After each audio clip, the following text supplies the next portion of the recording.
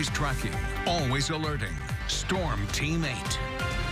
It's another picture-perfect day across West Michigan, especially along the lake shore. Here's the view from South Haven.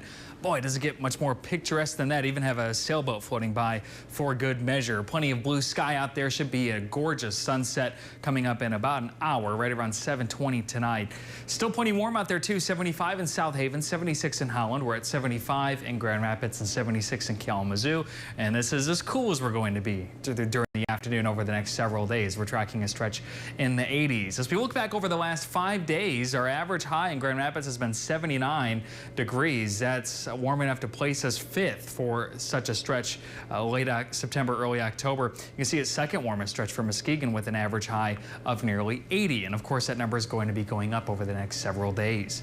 Tonight's lows will fall to the low to mid 50s, so another comfortable night is ahead. That's been the best part about this stretch of warm weather, as you can leave the windows open overnight. AC units may need to get turned on at some point this upcoming weekend. We're looking at highs in the mid 80s across most of West Michigan for Friday. Perhaps a few degrees cooler right along the lake shore, but we should be pretty close to records just about everywhere. You can see the records are generally in the mid to upper 80s. We'll be in the low to mid 80s. So any given location will be within 5 degrees of the record for tomorrow's date.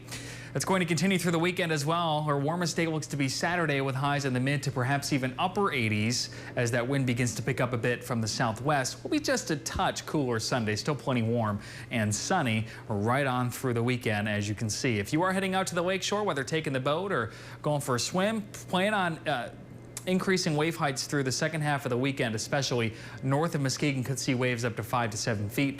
But get the idea, it should be a pretty quiet next few days before it gets a little choppier on Sunday.